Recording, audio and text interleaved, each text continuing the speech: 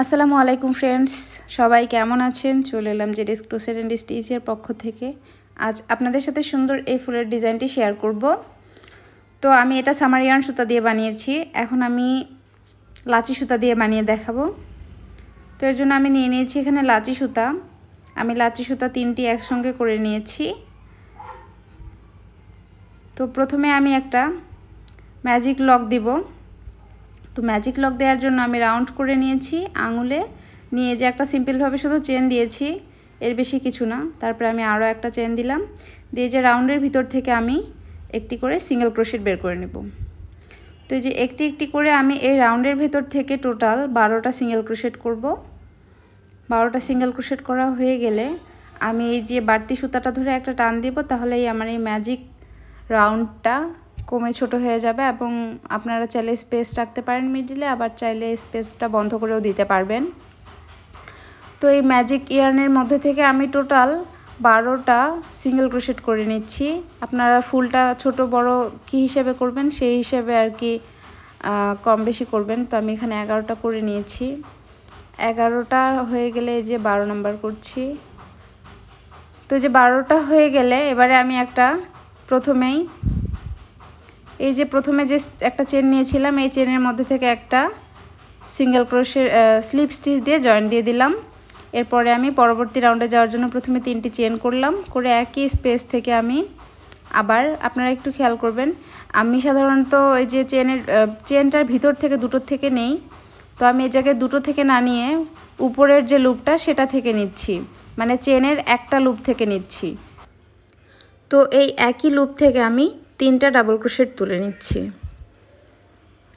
তো এই যে 3টে ডাবল ক্রোশেট করা হয়ে গেলে পরবর্তী স্পেসে আবার চলে যাব। আবার একটু ভালো করে খেয়াল করুন, আমি চেনের ভেতর থেকে না, চেনের উপরের লুপটা থেকে অর্থাৎ একটা লুপ থেকে, একটু খেয়াল করলে বুঝতে পারবেন। তো এই একটা লুপ থেকে আমি 3টি ডাবল ক্রোশেট তুলে নিচ্ছি, 1 2 3।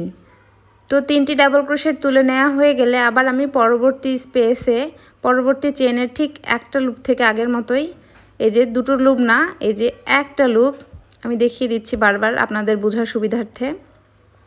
তো আশা করি বুঝতে পারছেন। তো এই একটা লুপের ভিতর থেকে আমি আবার 3টি ডাবল ক্রোশেট তুলে নিলাম। তো এইভাবে আমি পুরো রাউন্ডটি কমপ্লিট করব, করে ফিরে আসছি পুরো রাউন্ডটি কমপ্লিট হওয়ার পর। তো ফ্রেন্ডস, এই যে আমি পুরো রাউন্ডটি কমপ্লিট করে নিয়েছি। এবারে আমি যে প্রথমে 3টি চেন দিয়ে শুরু করেছিলাম, এই 3টি চেনের 3 নাম্বার চেন অর্থাৎ লাস্ট চেনটির উপর থেকে একটি স্লিপ স্টিচ দিয়ে আমি জয়েন দিয়ে দেব। তো এই যে স্লিপ স্টিচ হয়ে গেলে আমি এখানে একটা চেন দিয়ে সুতাটাকে কেটে নেব। এই পরের যে লাস্ট যে চেনটা নিলাম, এই চেনটা আমার লক হিসেবে কাজ করবে। তো লক দেওয়া হয়ে গেলে আমি সুতাটাকে কেটে নিয়ে এই সুতাটাকে হাইট করে ফেলবো। তো আপনারা চাইলে সুইয়ের সাহায্যে ওই সুতাটাকে হাইট করতে পারেন। আমি এখানে কাটা দিয়ে হাইট করে নিচ্ছি। তো এই যে আমার হাইট করা হয়ে গেছে। এবারে আমি পরবর্তী স্টেপে যাব। পরবর্তী লেয়ারটি করার জন্য আমি আলাদাভাবে সুতাটিতে লক করে নিচ্ছি, একটা সিম্পল লক করে নিলাম।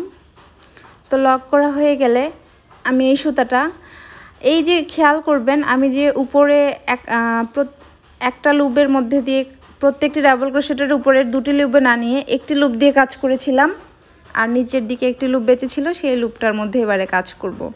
তো এই যে নিচের যে বেঁচে যাওয়া লুপটা ছিল, সেখানের মধ্যে দিয়ে আমি লকটাকে একটা চেন দিয়ে জয়েন দিয়ে দিচ্ছি। তো জয়েন দেওয়া হয়ে গেলে আমি এখানে আরও 2টো চেন নিলাম, নিয়ে পরবর্তীতে 3টি চেন নিলাম। তো পরবর্তীতে আমি আবার ওই একই লুপের মধ্যে থেকে একটি ডাবল ক্রোশেট তুলে নিচ্ছি। এই যে ডাবল ক্রোশেটটি হয়ে গেল, অর্থাৎ একটি লুপে আমি 2টি ডাবল ক্রোশেট তুললাম। তার পরবর্তীতে যে লুপটি আছে, এই যে নিচের যে একটি লুপ, একটু খেয়াল করবেন, বুঝতে পারবেন। তো এই লুপে আবার আমি 2টি ডাবল ক্রোশেট একই লুপের মধ্যে থেকে বের করে নিচ্ছি, 1 এবং এই যে 2। তো 2টি ডাবল ক্রোশেট হয়ে গেল। আবার পরবর্তী লুপটিতে যাব।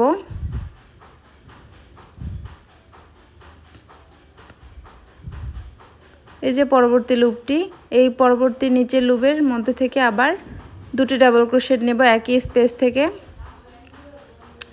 তো হয়ে গেলে আবার পরবর্তী যে লুপ আছে এই পরবর্তী লুপ, অর্থাৎ আমি একটু ভালো করে বুঝিয়ে বলি। আমি প্রথম রাউন্ডে 12টা ডাবল ক্রোশেট যে নিয়েছিলাম সেই 12টা ডাবল ক্রোশেটের উপরে 12টা সিঙ্গেল ক্রোশেট নিয়েছিলাম, সেই 12টা সিঙ্গেল ক্রোশেটের লুপের উপরে এখানে দুটি দুটি করে অর্থাৎ 24টা ডাবল ক্রোশেট হবে। তো আশা করি আপনাদের বলে বুঝাতে পারলাম। মানে আমি প্রথমে যে ম্যাজিক রাউন্ডের মধ্যে সিঙ্গেল ক্রোশেট নিয়েছিলাম 12টা, সেই সিঙ্গেল ক্রোশেটের মধ্যে থেকে আমি দুটো দুটো করে 24টা ডাবল ক্রোশেট তুলে নিয়েছি। তো আমি পুরোটা কমপ্লিট হওয়ার পরে এই যে এখানে প্রথমে যে 3টি চেন নিয়েছিলাম 3 নাম্বার চেনের মধ্যে একটা স্লিপ স্টিচ দিয়ে জয়েন দিয়ে দিচ্ছি। তো এই যে জয়েনিংটা হয়ে গেলে এবারে আমি লাস্ট স্টেপ 3টি চেন করে নিলাম। 3টে চেন করা হয়ে গেলে এই যে এই একই স্পেসে আমি 4টি ডাবল ক্রোশেট করব এবারে। 1 2 3 4। তো 4টি ডাবল ক্রোশেট হয়ে গেলে আবার পরবর্তীতে যে ডাবল ক্রোশেটটি সে পরবর্তী ডাবল ক্রোশেটের উপরে আবার আমি ডাবল ক্রোশেট করে নিচ্ছি। 1 2 3, আবার পরবর্তী ডাবল ক্রোশেটটির উপরে ডাবল ক্রোশেট করে নিচ্ছি। 1 2 3, আবার তার পরবর্তী ডাবল ক্রোশেটের উপরে 3টি ডাবল ক্রোশেট করে নিচ্ছি। 1